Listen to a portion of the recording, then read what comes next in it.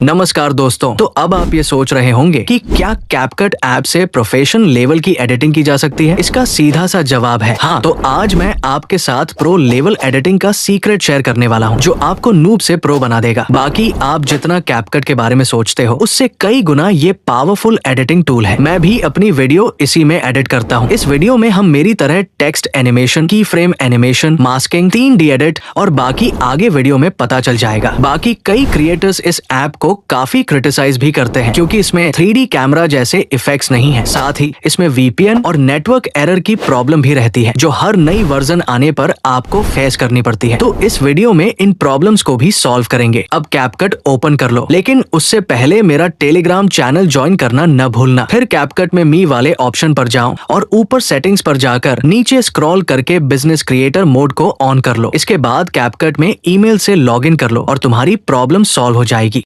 अपना पहला इफेक्ट है टेक्स्ट एनिमेशन, जो आप लोगों ने मुझसे बहुत पूछा था कि आप इसे कैसे बनाते हो। के लिए सबसे पहले पिक्सआर्ट या पिक्सेलैब ओपन करो। वहां अपने टेक्स्ट को ऐड करके उसमें कोई ग्रेडियंट कलर और इनर शैडो भी ऐड कर दो। इसके बाद बैकग्राउंड को ट्रांसपेरेंट करके इसे एक्सपोर्ट कर लो। अब कैपकट ओपन करो और वो टेक्स्ट ऐड करो। इसे अपने हिसाब से फिट करो और शुरू में एकदम एक की फ्रेम लगा दो। इसके बाद मास्क ऑप्शन पर जाओ, पहला मास्क इफेक्ट सेलेक्ट करो और इसका फेदर थोड़ा बढ़ा दो। फिर मेरी तरह टेक्स्ट को हाइड कर लो। अब टाइमलाइन को अपने हिसाब से आगे करके मास्क इफेक्ट को पूरी तरह राइट साइड में खींच दो। अब हमारा ऐसा एनिमेशन बन गया है, लेकिन ये उतना बेहतर नहीं लग रहा। तो इसके लिए टेक्स्ट इमेज पर क्लिक करो और दूसरे मास्क वाले की फ्रेम के बाद एक और की फ्रेम लगा दो। टेक्स्ट इमेज को थोड़ा जूम कर लो। इसके बाद टेक्स्ट इमेज का फालतू हिस्सा अपने वीडियो के अकॉर्डिंग काट दो। अब एनिमेशन पर जाओ, आउट वाले ऑप्शन में जाकर फेड आउट इफेक्ट चुनो और इसकी ड्यूरेशन को एडजस्ट कर लो। अब ये कुछ ऐसा टेक्स्ट एनिमेशन बनकर रेडी हो गया है। अब इफेक्ट ऑप्शन पर जाओ, सर्च बॉक्स में ग्लो टू सर्च करो और पहला इफेक्ट ग्लो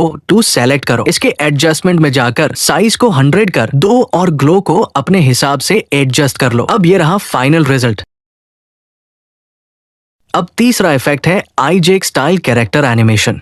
तो कैरेक्टर एनिमेशन बनाने के लिए दोनों कैरेक्टर्स कैपकट में ऐड कर लो। फिर इन कैरेक्टर्स का साइज और टाइमलाइन अपने हिसाब से एडजस्ट कर लो। इसके बाद पहले कैरेक्टर के एकदम शुरू में एक की फ्रेम लगा दो और उसके बाद थोड़ा आगे जाकर एक और की फ्रेम लगा दो। अब पहले की फ्रेम पर कैरेक्टर को थोड़ा रोटेट करके नीचे की तरफ हाइड कर दो। फिर इन की फ्रेम्स पर अपने हिसाब से कोई ग्राफ एनिमेशन ऐड करो। जैसे मैं क्यूबिक एज ग्राफ को ऐड कर देता हूँ। इसके बाद पहले कैरेक्टर को ट्रिम कर दो वहां से जहां तुम्हें दूसरा कैरेक्टर चेंज करना है। अब पहले कैरेक्टर की इमेज के आखिरी हिस्से में 2 की फ्रेम लगा दो और आखिरी की फ्रेम में कैरेक्टर को लेफ्ट साइड थोड़ा सा ला दो। इसके बाद दूसरा कैरेक्टर की इमेज को एडजस्ट करके पहले कैरेक्टर की इमेज के बराबर फिट कर दो। याद रहे, पहले कैरेक्टर के आखिरी की फ्रेम की पोजीशन पर ही दूसरा कैरेक्टर को पहले कैरेक्टर के बराबर फिट करना है। अब दूसरे कैरेक्टर में भी एकदम शुरू में एक की फ्रेम लगा दो और उसी के पास एक और की फ्रेम लगा दो। फिर दूसरे की फ्रेम पर जाकर सेकंड कैरेक्टर को थोड़ा लेफ्ट में ले जाओ। अब ग्राफ में जाकर cubic out graph animation add कर दो और पहले कैरेक्टर के आखिरी की फ्रेम के ग्राफ में जाकर क्यूब इन ग्राफ को ऐड कर दो। अब ये रहा रिजल्ट। मैंने इसमें glow effect, rebound swing effect और मोशन ब्लर भी ऐड कर दिया, ताकि ये और स्मूथ और बेहतर लगे। अब तीसरा इफेक्ट, जिसका नाम मुझे तो नहीं पता, लेकिन ये काफी यूजफुल है। तो इसे बनाने के लिए कैपकट में सभी मटेरियल ऐड कर लो और टेक्स्ट को पिक्सेलैब से ही बनाना बेहतर रहेगा, ताकि रिजल्ट अच्छा आए। अब कैरेक्टर्स की इमेज और सभी टेक्स्ट को अच्छे से फिट कर लो, जैसा मैं कर रहा हूँ। इसके बाद सभी टेक्स्ट ओवरले की टाइमलाइन को अपने हिसाब से अच्छे से एडजस्ट कर लो, जैसा मैं कर रहा हूँ। फिर सभी टेक्स्ट ओवरले के एकदम शुरू में एक की फ्रेम लगा दो और उसके पास ही एक और की फ्रेम लगा दो। इसी तरह हर टेक्स्ट ओवरले में आगे 2 से 2 की फ्रेम लगा दो। अब किसी भी टेक्स्ट ओवरले के पहले की फ्रेम पर जाकर टेक्स्ट को थोड़ा नीचे कर दो। यही प्रोसेस सभी टेक्स्ट ओवरले पर अप्लाई कर दो। इसके बाद सभी टेक्स्ट ओवरले के की फ्रेम में क्यूबिक आउट ग्राफ ऐड कर दो। अब सभी फालतू हिस्सों को अपने वीडियो के अकॉर्डिंग काट दो और इसे हाई रेजोल्यूशन में एक्सपोर्ट कर लो। इसके बाद फिर से वही वीडियो को नया प्रोजेक्ट में ऐड कर लो। शुरू में एक की फ्रेम लगा दो और दूसरा की फ्रेम तब लगाओ जब टेक्स्ट वीडियो में दिखाई दे। इसी तरह जहां जहां टेक्स्ट स्क्रीन पर आए वहां की फ्रेम लगा दो। आखिरी टेक्स्ट के की फ्रेम के बाद एक और की फ्रेम लगा दो और फिर आखिर में एक और की फ्रेम लगा दो। ये मैंने थोड़ा पॉज करने के लिए एक्स्ट्रा की फ्रेम लगाया है, तुम अपने हिसाब से एडजस्ट कर सकते हो। अब पहले की फ्रेम के बाद दूसरे की फ्रेम पर जाकर वीडियो को टेक्स्ट पर जूम कर दो। फिर तीसरे की फ्रेम पर जाकर अगले टेक्स्ट के ऊपर वीडियो को जूम करो। इसी तरह अगले की फ्रेम पर जाकर अगले टेक्स्ट पर जूम करना है। इसके बाद उस एक्स्ट्रा की फ्रेम में भी वही जूम कर दो जो पिछले की फ्रेम में किया था। फिर सभी की फ्रेम में क्यूब ईज ग्राफ ऐड कर दो। इसके बाद इसे और बेहतर बनाने के लिए मैं glow two effect, rebound swing effect और मोशन ब्लर भी ऐड करूंगा। अब ये रिजल्ट देखो।